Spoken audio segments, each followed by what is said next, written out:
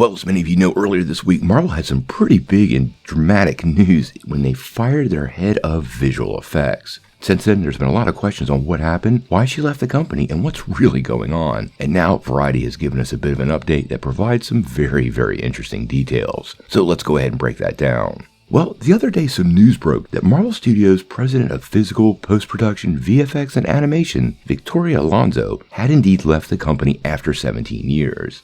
Now, when we first talked about the story, there were no details from any trade-level sources that kind of highlighted what happened, and we talked about some of the possibilities. And now Variety has chimed in, told us what went on, and honestly, I am a bit surprised. Now, according to Variety, she did not quit. She was actually fired. And in their report, they actually said she wasn't only fired, she was completely blindsided. Now, in their report, the cause for her termination is still unclear, but their sources said the decision was made by, and I quote, a consortium including human resources, Disney legal, and multiple executives, including Disney Entertainment co-chair Alan Bergman.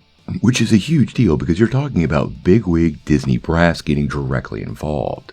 Now, they also went on to say that Marvel Chief Creative Officer Kevin Feige was not involved in the process, but it said that he, quote, felt mired in an impossible situation and ultimately chose not to intervene when the hammer came down. Now, I think this plays directly into a couple things we've been hearing, and one of the things we wanted to highlight was the issues with various VFX houses and Marvel's visual effects work. There's no doubt in Phase 4 there have been a ton of problems, and although Marvel was in high gear creating material, it wasn't being delivered in a way that met their previous standards. Ultimately, that was her job, and would be a legitimate reason to make some change of personnel because that problem absolutely has to be fixed. Now, there have been numerous reports from VFX artists who believe the shoddy visual effects seen in some of the recent Marvel projects was basically due to impossible to meet deadlines. And Christopher Lee over at New York Magazine even expanded on that, claiming the work environment was pretty bad, and there might have even been what most would see as an abuse of power. He actually claimed, and I quote, Alonso was singularly responsible for Marvel's toxic work environment. A kingmaker who rewarded unquestioning fealty with an avalanche of work, but also maintained